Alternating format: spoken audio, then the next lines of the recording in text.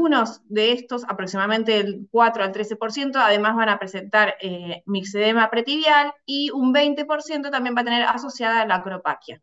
Cuando está presente todas las manifestaciones, la ortopatía, la dermopatía y la acropaquia, va a ser el cuadro completo de la enfermedad de Graves. Es importante tener en cuenta si además de la orbitopatía tiene las otras manifestaciones, porque muchas veces nos hablan de un peor pronóstico y de un tratamiento más dificultoso. Bueno, ¿cómo se manifiesta la orbitopatía de Graves? Bueno, las características o los signos más característicos son la proptosis, el edema y el eritema de los tejidos blandos periorbitarios, la inyección conjuntival y la retracción palpebral. A su vez, el paciente puede manifestar determinados síntomas como sentir el ojo seco, tener lagrimeo, sensación de cuerpo extraño o arenilla constante en los ojos, dolor con los movimientos y en algunos casos visión doble. ¿Cuál es la fisiopatología? ¿Por qué se da esta enfermedad? Bueno, la orbitopatía se desarrolla por la coexistencia de tres factores fundamentales que se van retroalimentando uno al otro.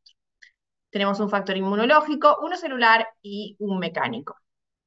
El factor inmune, seguramente Alicia hoy lo explicó súper bien a la mañana, a la mañana o a la tarde, más temprano, pero nosotros tenemos que la enfermedad de Graves es una enfermedad mixta, tanto celular como humoral, y acá es fundamental la aparición de los anticuerpos antirreceptor de TSH, que son ubicuos y van a estar tanto a nivel de la tiroides como a nivel de todo el cuerpo. Esos anticuerpos van a viajar y van a llegar a la órbita, donde en la órbita van a encontrar un lugar blanco. A su vez, la destrucción del tejido por esta inflamación genera más presentación de antígeno y ese antígeno genera la producción mayor de los anticuerpos antirreceptor de TSH. Por el otro lado, existe un factor celular. ¿Por qué nosotros tenemos la aparición de esta manifestación en lugares tan determinados como puede ser la órbita y el mixedema pretibial, o sea, en la piel anterior a la tibia, y no aparece en cualquier parte del cuerpo? Esto está dado porque existe un factor específico a nivel celular de estos sitios. El fibroblasto, sobre todo el fibroblasto orbitario, es rico en receptores de TSH. No se conoce muy bien el motivo por el cual existe este receptor en los fibroblastos orbitarios, pero se sabe que está en gran cantidad. Entonces, al unirse el anticuerpo antirreceptor de TSH a el receptor correspondiente, genera una cascada de respuestas que van a llevar a cambios en este fibroblasto. Estos cambios pueden seguir dos caminos principalmente y sobre todo hay que tener en cuenta que en este caso la activación del receptor de TSH no actúa solo, sino que en general su efecto se ve potenciado por la unión de activación más que nada por anticuerpos heterófilos sobre el receptor de IGF-1 que va a potenciar esta activación del receptor de TSH. Esto es importante tenerlo en cuenta porque después cuando Anabela más tarde cuente los tratamientos, vamos a ver que esto es fundamental para el target actual del tratamiento de la orbitopatía. Entonces, dijimos que cuando se activa el receptor de TSH, puede desencadenar dos cascadas de respuesta. Por un lado, puede generar la transformación del fibroblasto hacia adipocitos y generar un aumento de la grasa a nivel retroorbitario. Y por otro lado, va a generar la producción por el fibroblasto de ácido hialurónico y glicosamilglicanos. Como sabemos, estas son sustancias altamente hidrofílicas que van a generar la atracción de agua e inflamación y edema. Entonces, fíjense que estas dos cosas, tanto la grasa como los glicosamilglicanos con el agua que atraen, generan mucho volumen. Entonces, esto nos lleva al tercer factor, que es el factor mecánico, ¿sí? La órbita, al igual que la región pretibial, son lugares inextensibles. Como van a ver, como sabemos, la tibia es uno de los pocos lugares donde la piel está tan en contacto con el hueso en forma directa, entonces genera que también funcione como un lugar, un reservorio inextensible. Entonces, nosotros sabemos que la órbita es una cavidad ósea donde está lleno de un montón de estructuras vitales, músculos, eh, arterias, venas, linfáticos y nervios, ¿sí? Y todo eso está contenido con un colchoncito de grasa. Al aumentar mucho el volumen de la grasa y al aumentar mucho la cantidad de agua que hay ahí atrás por la producción de glicosaminoglucanos, esto empieza a generar una expansión del volumen. Como no se puede expandir hacia los costados, lo que hace es genera una protusión de globo ocular. Entonces, acá es el primer síntoma que sabemos que es muy característico de la orbitopatía de Graves, que es el exoftalmo. El exoftalmo en realidad es una consecuencia de esta expansión de volumen y es un mecanismo compensatorio que tiene el cuerpo. Esto también es importante tenerlo en cuenta porque las personas que tengan mucha rigidez en los tejidos tarsales, es decir, en los párpados, no van a poder generar esta proptosis y todo ese exceso de presión va a estar, eh, eh, se va a desplazar hacia atrás, hacia el agujero orbitario, es decir, hacia por acá atrás. Entonces, estos pacientes, los que tal vez tienen mucha inflamación, pero no tanta proptosis, son los que van a tener más riesgo de complicación por la compresión del nervio óptico. Por otro lado, como existe tanta esta compresión de volumen, de compresión de estructuras por el aumento de volumen, vamos a tener un trastorno en el retorno venoso y sobre todo en el retorno de los linfáticos, y eso va a hacer que haya como mucha retención del líquido en el nivel orbitario. Entonces vamos a aparecer síntomas como la quimosis, que es la inflamación de la conjuntiva vulvar, es decir, la parte la pielcita que recubre el ojo, eso es la conjuntiva vulvar, que se ve como transparente, eso se llena de agua y genera quimosis. Por otro lado, también aparece edema de los tejidos periorbitarios y eritema por esta inflamación. Toda esta expansión de volumen genera compresión de estructuras y ruptura de los tejidos, donde se va a liberar más antígeno y vamos a llevar de nuevo al factor inmunológico con más presentación de antígeno y es un circuito que si nosotros no podemos frenarlo, genera una reverberación y una cada vez mayor severidad de la enfermedad. Entonces, sabiendo todo esto, ¿cuál es el rol del endocrinólogo en el manejo de esta enfermedad? Bueno, lo primero que tenemos que hacer como endocrinólogos es reconocer y controlar los factores de riesgo. Em, entonces, sabemos que los factores de riesgo para esta enfermedad son múltiples y algunos nosotros podemos influir y en otros no vamos a poder influir. En los que no podemos influir, por ejemplo, van a ser factores genéticos, hay asociación con determinados HLA y asociación con otras enfermedades autoinmunes. La etnia se vio que los pacientes de raza negra tienen en general enfermedades más severas. El sexo se vio que en general los hombres, si bien es menos frecuente, porque la enfermedad de Graves es menos frecuente en las mujeres, cuando nosotros vamos a ver a aquellos pacientes que tienen enfermedades severas, en general la relación suele ser 1 a 1, es decir, que en proporción los hombres con enfermedad de Graves más frecuentemente tienen oftalmopatía y oftalmopatías de mayor severidad. Por otro lado, tenemos otro factor que acá es un punto medio difícil, donde podemos influir, pero no tanto, que es el valor de TRAB. En general, hoy en día no tenemos ninguna medicación ni ningún tratamiento que esté validado y se sepa que efectivamente pueden controlar los niveles de TRAB, pero también sabemos que al mejorar el perfil inmunológico, sobre todo mejorando la función tiroidea, nosotros logramos estabilizar la inmunidad del paciente y se puede controlar, si bien no negativizar, pero hacer más favorable la disminución de los TRAB. Y después tenemos 3 puntos en los que sí nosotros somos fundamentales, que vamos a ir charlándolos de a poquito. Y como a mí me gusta hacer las cosas complicadas, vamos a empezar por el último, que es la hipercolesterolemia, que es el más recientemente descrito. La verdad que llama mucho la atención, no es un factor de riesgo que uno pensaría que estaría asociado con esto. A mí hace un tiempo largo la doctora Gauna me pidió que hiciéramos este trabajo, yo la miré desconcertada y finalmente, como siempre, tuvo razón y nosotros hicimos una evaluación donde comparamos los pacientes que tenían enfermedad de Graves pero no presentaban orbitopatía y aquellos que tenían enfermedad de Graves y tenían una orbitopatía severa.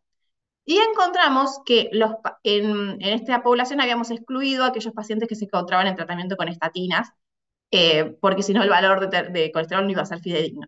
Y encontramos que los pacientes que tenían orbitopatía severa tenían valores tanto de colesterol total como de LDL más elevados que aquellos que tenían enfermedad de Graves sin orbitopatía. Y hubo otros trabajos que mostraron cosas similares, y eso llevó que las guías del EUGOGO, del Grupo Europeo para el Manejo de la Orbitopatía de Graves, en el año 2021, se incluyera al colesterol como un factor de riesgo, y que el uso de estatinas se encontró que reducían el riesgo de presentar orbitopatía de Graves. Y que se vio que los pacientes que tenían LDL de alto también tenían peor respuesta al tratamiento con corticoides endovenosos. Y se llega a la conclusión que esto podría tener dos motivos. Uno es que el colesterol tiene un efecto proinflamatorio, que sería como un potenciador de la inflamación propia de la enfermedad de Graves. Y por otro lado, se planteó que los pacientes con tratamiento con estatinas, por el efecto antiinflamatorio de las estatinas, estarían como un poco protegidos.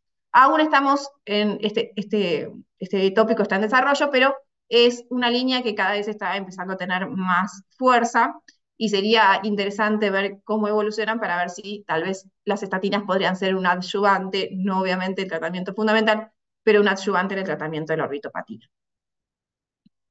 Y bueno, y ahora pasamos al segundo factor de riesgo controlable, muy importante, es decir, dentro de todos los factores de riesgo que están asociados a orbitopatía, es el que más se vio que tiene relación y el que hay que prestarle más atención.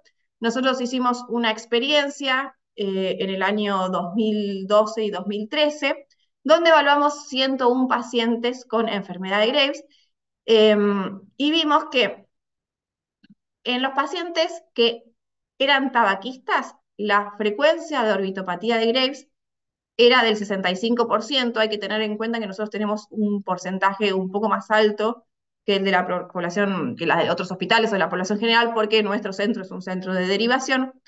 Pero vimos que en no tabaquistas la frecuencia de orbitopatía era del 65%, pero en los pacientes tabaquistas el 92% de todos los pacientes con Graves tenían, y eran tabaquistas, tenían orbitopatía, es decir, que era mucho más frecuente. El riesgo de tener orbitopatía en pacientes con hábito tabáquico era 1.4 veces más frecuente que en pacientes no tabaquistas.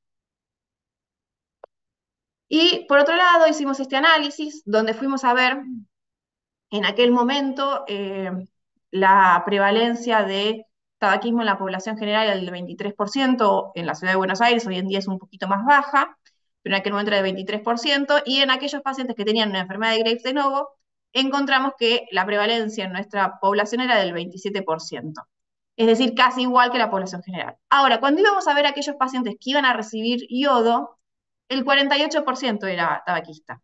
Y cuando íbamos a ver a aquellos que tenían enfermedades de Graves, orbitopatía de Graves, perdón, severa, era el 45%. Es decir, que casi el doble que en aquellos con enfermedad de Graves de nuevo. Lo que mostraba que el tabaquismo era un factor de riesgo tanto para peor evolución de la enfermedad de Graves como para peor...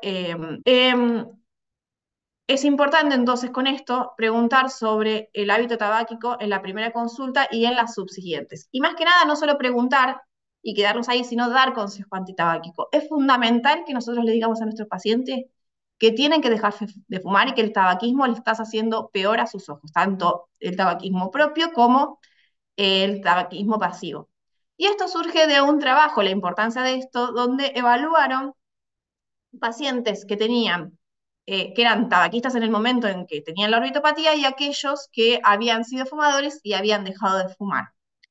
Y los datos sugerían que el consumo de tabaco actual, pero no el antecedente del tabaquismo, constituía un riesgo para la incidencia de apoptosis y diplopía en pacientes con hipertiroidismo de enfermedad de Graves. Y que el riesgo aumentaba cuanto más severo era el tabaquismo. Si bien el trabajo no estudia solo eso, los resultados sugerirían que el dejar de fumar sería beneficioso, no sería un daño ya está hecho y bueno, no hay nada para hacerle, sino que dejar de fumar podría generar un beneficio porque disminuiría este riesgo asociado. Y bueno, el otro punto fundamental para tener en cuenta es el lograr el eutiroidismo. Ya las guías de la UGOGO del 2021, entre su recomendación 3 y 6, que son las medidas generales, dicen que que el control de la función tiroidea es de primordial importancia, porque tanto el hiper como el hipotiroidismo tienen un impacto negativo sobre la orbitopatía de Graves. Entonces, frente a esto, ¿qué tratamiento elijo en aquellos pacientes que tengan orbitopatía? Bueno, las guías de la ATA dicen de que cualquier tratamiento puede ser útil para el manejo del hipertiroidismo y que no hay ningún tratamiento que muestre superioridad que otro en el manejo de la orbitopatía, a excepción del radioiodo, ¿sí? Y acá vemos que dice que el riesgo de ocurrencia o progresión de la orbitopatía después del yodo eh, puede ocurrir en pacientes con factores de riesgo. Entonces, ay, espera que me fui para otra vez. Bien. Entonces, se sabe que más o menos de un 13 a un 15% de los pacientes que reciben yodo van a empeorar su orbitopatía, pero no van a ser todos los pacientes, son solo aquellos pacientes que tienen factores de riesgo. ¿Cuáles son los factores de riesgo para empeorar o desarrollar una orbitopatía cuando reciben yodo? Un factor importantísimo es el antecedente de tabaquismo, como hablamos recién, altos niveles de TRAB, y la gran pregunta es, ¿a qué nos referimos con altos niveles? Bueno, lo que dicen los estudios es que valores mayores a 35% o mayores a 7.5 unidades internacionales por litro, pero esto fue estudios hechos viejos, cuando había solamente 1 o 2 ensayos para TRAB. Hoy en día tenemos 3 millones y apareció el nuevo ensayo que es el TCI, que solamente mide estimulantes, y la verdad que no hay puntos de corte desarrollados para todas las técnicas, pero se sabe que más o menos cuando son valores por arriba de 5, el valor normal, estaríamos hablando de un riesgo de niveles altos con riesgo de desarrollo de complicaciones post-yodo.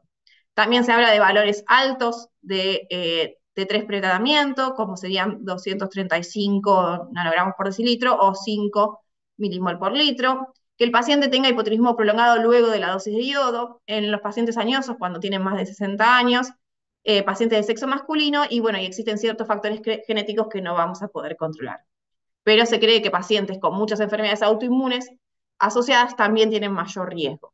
Entonces, si yo le tengo que dar yodo a mi paciente y tiene estos factores de riesgo, lo puedo evitar este riesgo extra si yo uso tratamiento con glucocorticoides como profilaxis.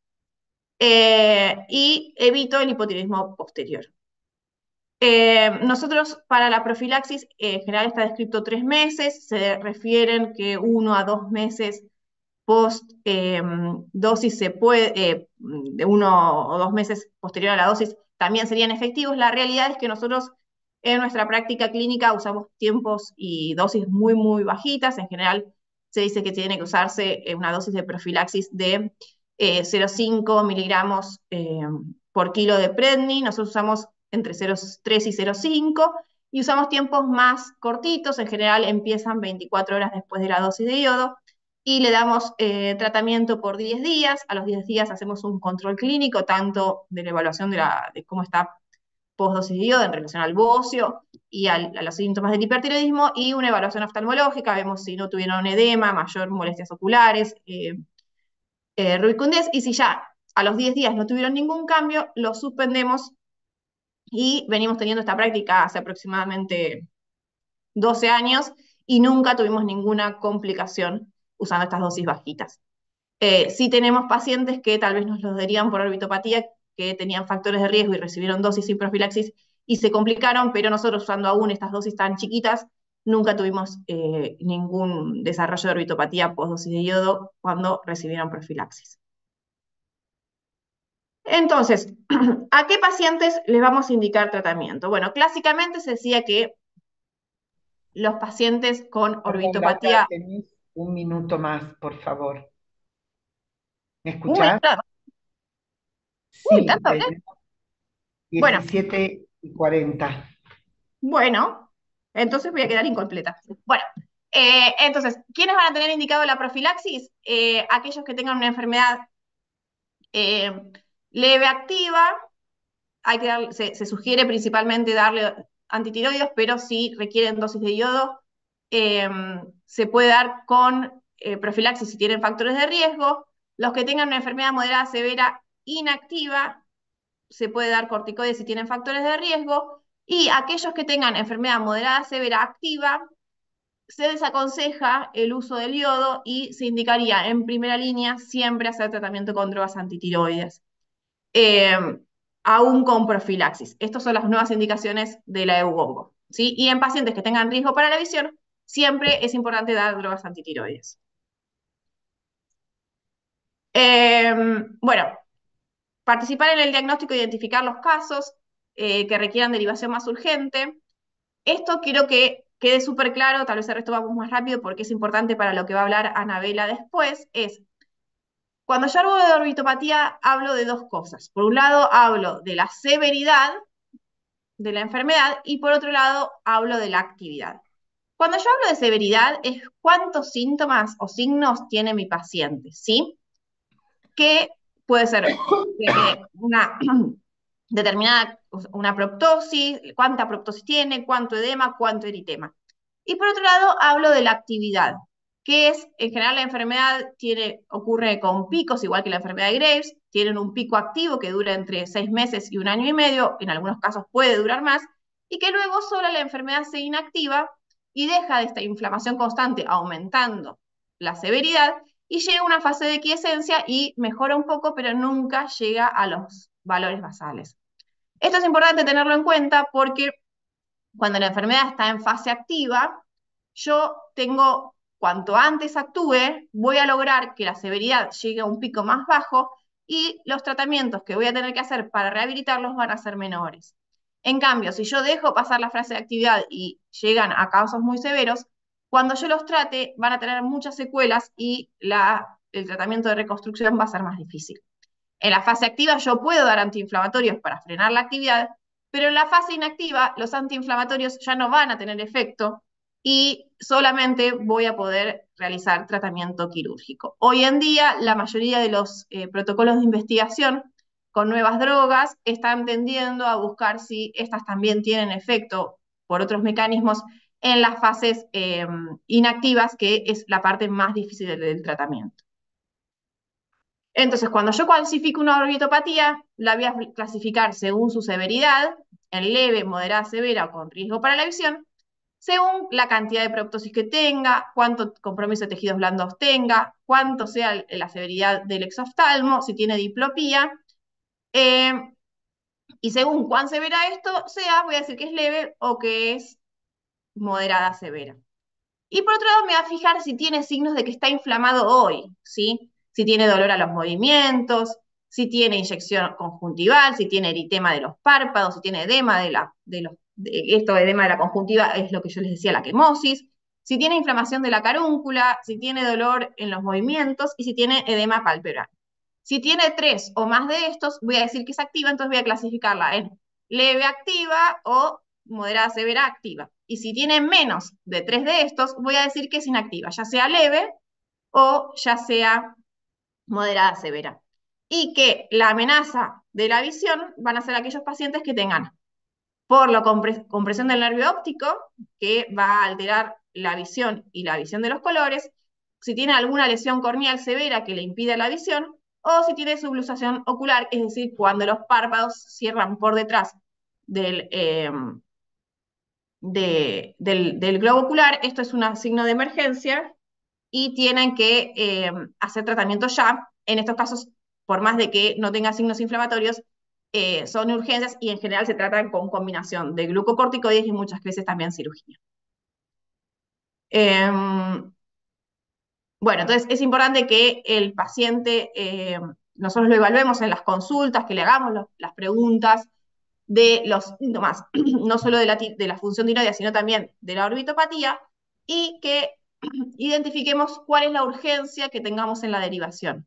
Los pacientes con enfermedad leve o inactivos pueden observarse y no indicarse consulta con oftalmólogo. Ya cuando empieza a haber una enfermedad moderada o signos de actividad, debo indicar consulta al oftalmólogo, tal vez sin tanta urgencia, pero cuando yo tengo una enfermedad severa con signos de actividad, la indicación de consulta al oftalmólogo debe ser rápida, porque todo el tiempo que yo pase sin hacer tratamiento genera mayor secuela posterior. Entonces necesito que sea evaluado lo antes posible y que se tome una conducta en relación al tratamiento lo más certera y pronta posible para evitar las secuelas posteriores. Y en casos donde el paciente tiene signos de pérdida de la visión, como puede ser que no ve bien los colores, el primer color que se pierde la visión es el rojo, disminución de la agudeza visual o tiene subluxación ocular, esos pacientes tienen que ser derivados en el mismo día al oftalmólogo e iniciar un tratamiento urgente, porque cada hora que pasa es más riesgo de que el paciente no vuelva a recuperar su visión. Perdón, Laura, nos estamos quedando Estamos, sin tiempo para ya, los otros ya, disertantes. listo, listo, listo. Cortemos, hablamos de calidad de vida, que siempre lo hablamos, y el resto de la parte de la participación del tratamiento no voy a decir mucho porque lo va a decir Anabela todo, así que no me queda más. Sí. Bueno, gracias. La verdad que